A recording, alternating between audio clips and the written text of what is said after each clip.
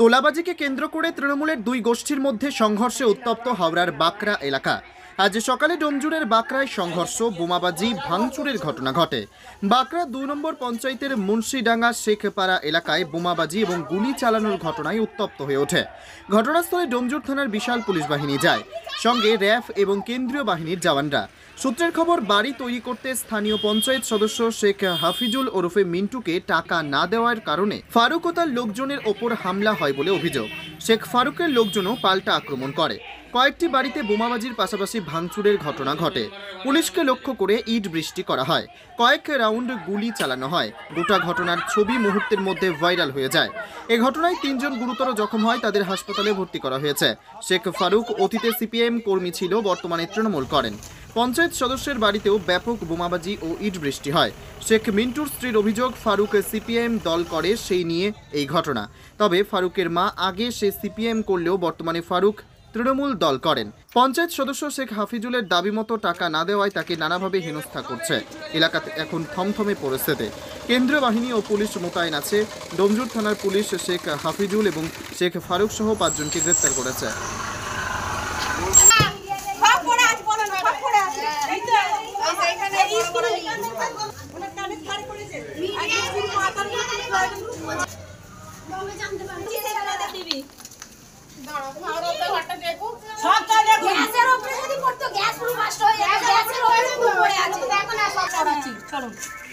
আপনি দাঁড়ান, আমাদের কাজটা করতে দিন।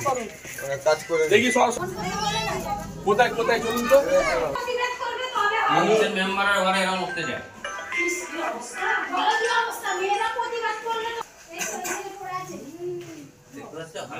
এই ঘরে এইখানে কোনটা মেরেছে? এইটা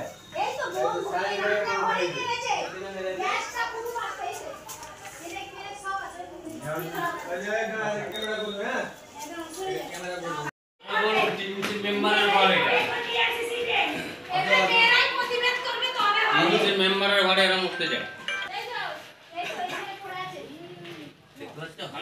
এই ঘরে এইখানে কোনটা মেরেছে?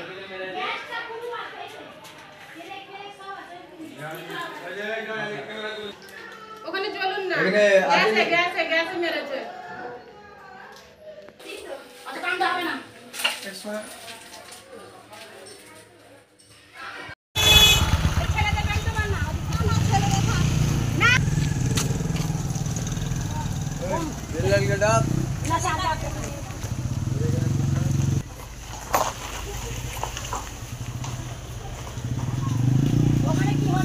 বোমগুলো ডাক হয়ে পুলিশ নিয়ে চলে গেছে। বোমগুলো পুলিশ নিয়ে গেছে। দুটো বড় বোম পেয়েছে। এখানে চার্জ করে কি আর খেয়াল করে দেখুন। আপনি গ্যাস পাচ্ছেন তো? হ্যাঁ, একটুখানি দিন। আরে এর উপরে এর উপরে সব পড়ে আছে। মানুষের অত্যাচার, এই বাড়িতে বোম তুলে নিয়ে গেছে। সিটেন্ডা করেছে। পিএনসির অফিস সিটেন্ডা আটক করে।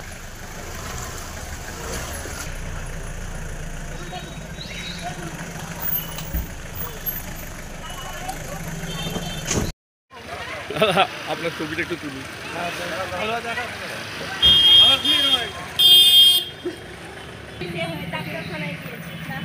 একজনকে ডাক্তারখানায় নিয়ে গেছে, তার মুখ চোট হয়েছে। আপনি কি আমার সাথে যাবেন? আমার দুটো বাড়ি ওখানে নিয়ে যাবেন।